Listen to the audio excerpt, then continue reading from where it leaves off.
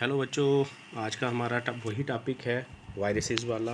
हमने पहले इसकी थोड़ी हिस्ट्री की थी, तो आज हम करेंगे कि ये होते क्या हैं।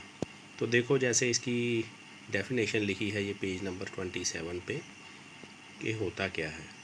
ए virus is an electron microscopic intracellular. ये एक तो इसको इलेक्ट्रॉन माइक्रोस्कोप से देख सकते हैं, दूसरा इंट्रासेल्यूलर, भाई सेल के बीच में, अंदर में, सेल के अंदर में रहता है। ऑब्लिगेट पैरासाइट, ऑब्लिगेट पैरासाइट मतलब कि इसने किसी होस्ट सेल को पैरासाइटाइज करना है, एक सेल के बीच में रहना है, फिर उसको नुकसान पहुंचाना है। Made up of nucleo protein, ये न्यूक्लियो प्रोटीन का बना होता है।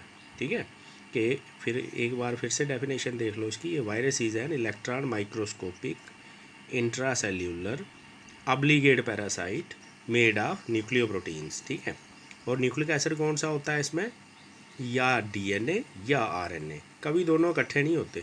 ठीक है, it is non living or inactive outside a living host, कि जब तक इसको होस्ट सेल नहीं मिलता ये नॉन लिविंग होता है। ठीक है, but once inside a living host, जब ये लिविंग होस्ट के अंदर पहुंचता है तो ये क्या करता है, उसकी जो मेटाबॉलिक मशीनरी है ना, जितने भी सेल्स की जो उसकी राइबोसोम्स हैं या अमीनो एसिड्स हैं, जो भी साइटोप्लाज्म में है, उसको सारी को टेक ओवर कर लेता है ये, और अपनी ही ग्रोथ के बारे में काम करता है, मल्टीप्लिकेशन के बारे में काम करता है, फिर अंदर रिप्रोड्यूस होता है। ठीक है, जैसे हमारे डोगरी में एक कहावत है ना, अग मंगनी आई तो घराली बनी गई। तो ये वायरस ऐसे ही एंटर करता है बॉडी सेल्स में, होस्ट के सेल्स में, और फिर उनको अपने लिए यूज़ करता है। Most of the plant viruses are RNA viruses. हाँ बच्चे, ये याद रखना कि majority of the plant viruses जो हैं ये आरएनए के बने होते हैं, और majority of the animal viruses are DNA viruses, ये डीएनए के बने होते हैं। ठीक है, तो बच्चे ये कुछ फीचर्स हैं इसके, नॉन लिविंग फीचर्स हैं वायरसेस के और लिविंग फीचर्स हैं। ठीक है, इनको देख लेते हैं हम। और ये देखो एक लाइन लिखी है कि ये एक लिंक है नॉन लिविंग और लिविंग थिंग्स में। इनको हम ना तो टोटली लिविंग कह सकते हैं, ना नॉन लिविंग कह सकते हैं, इनको एक लिंक कह सकते हैं। तो इनके कुछ करैक्टर्स हैं, ये देख लो।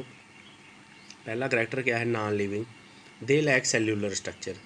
इनका सेल वाला स्ट्रक्चर तो होता नहीं, क्यों, क्योंकि इसमें सेल मेम्ब्रेन भी नहीं होती है, सेल वॉल भी नहीं होती है। और दूसरा देखो, they do not show cellular metabolism, इसमें वो सेल्यूलर मेटाबॉलिज्म वाली चीज़ ही नहीं होती, क्योंकि ये होस्ट की सेल की मशीनरी को यूज़ करता है, इसको सेल्यूलर मेटाबॉलिज्म की ज़रूरत क्या है।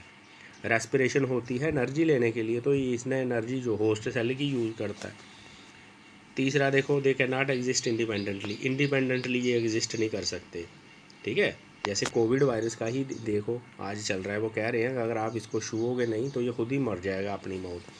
इंडिपेंडेंटली एग्जिस्ट नहीं कर सकता। They are inactive outside a living host, living host के बाहर ये सब इनएक्टिव हैं।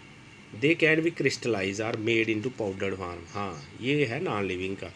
नॉन लिविंग चीज़ जो भी है इसका क्रिस्टल भी बन सकता है और पाउडर भी बन सकता है, तो वायरस का बनता है, इसलिए इसको हम नॉन लिविंग कहते हैं। They can not grow in vitro, laboratories में हम इनको ग्रो नहीं कर सकते हैं वायरसेस को। ठीक है, इनको ग्रो करने के लिए लिविंग सेल ही चाहिए, आर्टिफिशियली मीडियम पे इसको हम ग्रो नहीं कर पाएंगे। तो अब देखो इसके लिविंग फीचर्स हैं कुछ नीचे। सबसे पहला कौन सा, they have a definite shape and structure morphology, इनकी एक डेफिनेट शेप होती है और स्ट्रक्चर मॉर्फोलॉजी, ये अगले लेक्चर में आपको बताएंगे इसका स्ट्रक्चर वगैरह। ठीक है, दे हैव डीएनए आरएनए, इनमें डीएनए और आरएनए होता है लिव बाकी वाले लिविंग सेल्स की तरह, और यही इसका जो जेनेटिक मटेरियल है एक जनरेशन से दूसरी जनरेशन में जाता है। They are intracellular obligate parasites, ये इंट्रा सेल्यूलर भी होते हैं, मतलब सेल के अंदर पाए जाते हैं, होस्ट सेल के, ऑब्लिगेट होते हैं। ऑब्लिगेट मतलब इन्होंने होस्ट के सेल को पैरासाइटाइज करना ही करना है, उसी को खाना है। ठीक है, एंड अटैक पार्टिकुलर होस्ट, एक ख़ास पर्टिकुलर स्पेसिफिक होस्ट को टारगेट करेंगे।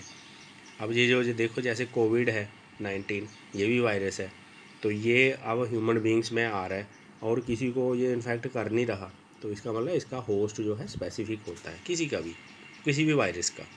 दे शो द प्रॉपर्टी या म्यूटेशंस, इसके जेनेटिक कॉन्स्टिट्यूशन में डीएनए आरएनए में म्यूटेशंस होती हैं। एनिमल्स में, बाकी वाले लिविंग ऑर्गेनिजम्स में भी होती है। They respond to external stimuli, के एक्सटर्नल स्टिमुलाई जो बाहर से इसको स्टिमुलस दिए जाते हैं उनकी तरफ ये रिस्पॉन्ड करते हैं। जैसे देखो लिविंग ऑर्गेनिजम्स को अगर आप कुछ टीज़ करते हो या कोई इनको हर्ट करते हो तो इनको लगती है, ठीक है। आप हीट से इनको सेंसिटाइज कर सकते हो, अल्ट्रावायलेट रेज से कर सकते हो, ह्यूमिडिटी से, ड्राट से और अल्कोहल से इनको स्टिमुलाई, एक्सटर्नल स्टिमुलाई मतलब इनको ये रिस्पॉन्ड करते हैं लाइक अदर लिविंग ऑर्गेनिजम्स बाकी वालों की तरह। और लास्ट पॉइंट है they grow inside the host, host के अंदर ये ग्रो करते हैं, मल्टीप्लाई करते हैं। क्यों मल्टीप्लाई करते हैं? रिप्रोडक्शन, जैसे बाकी वाले ऑर्गेनिजम्स की एक जो प्रॉपर्टी है। ठीक है बच्चे, थैंक यू।